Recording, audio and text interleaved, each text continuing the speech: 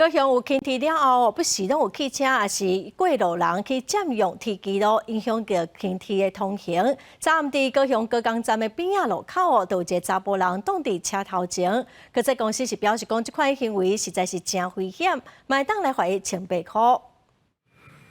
轻铁的列车4月3日暗时卡伫路口，一个男性唔知啥物原因挡伫列车头前，安怎拢无愿意退转去轻铁的月台，互民众感觉非常的危险。当然是不好，但是我们有什么公权力可以强制说使他尽速离开，维持那个轨道的畅通？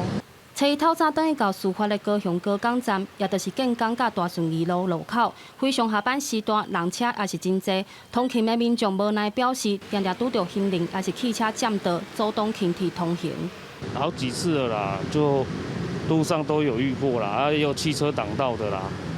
所以已经就觉得没什么了。 台湾去年6月底修正道交条例，规定汽车经过有行人道路口还是路段的时阵爱让行人。但这个案件地点拄啊好伫轻铁供应路口的人行道，而且号志已经转红灯，行人的行为已经违法。 依据《道路交通管理处罚条例》，闻或见大众捷运系统车辆之声号或灯光，不依规定避让或在后跟随迫近，可处新台币600元以上1800元以下罚锾。高捷公司提醒民众，若因为身体问题等状况，无法度伫号志秒数来过马路，会使退转去月台区，唔通徛伫铁路，也是黄色禁止停留区，以免发生危险佮违法。记者陈焕武、柯正俊高雄报道。